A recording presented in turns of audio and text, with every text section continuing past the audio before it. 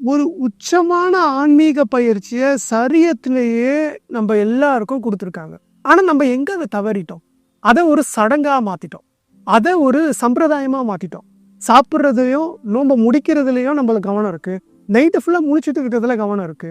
ஆனா, அத எப்படி ஒரு ஒரு ஒரு ஒரு உணர்தலோட கடத்தணுங்கிறதுல நம்மளுக்கு யாருக்குமே ஆ எந்த இதுவும் இல்லாம, நம்மளும் வருஷம் வருஷம் வருஷம் நோன்பு பிடிக்கிறோம்.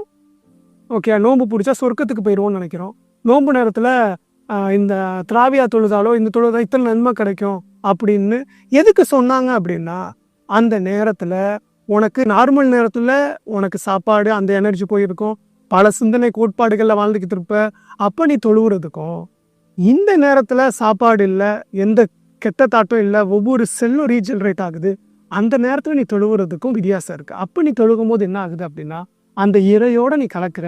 இறையோட கலக்கும்போது என்ன ஆகும் அப்படின்னா, உன்ன எதுக்கு இந்த உலகத்துல இறை படைச்சுச்சோ, அந்த இடத்துக்கு அது வந்து உன் மூலியமா வேலை செய்யும்.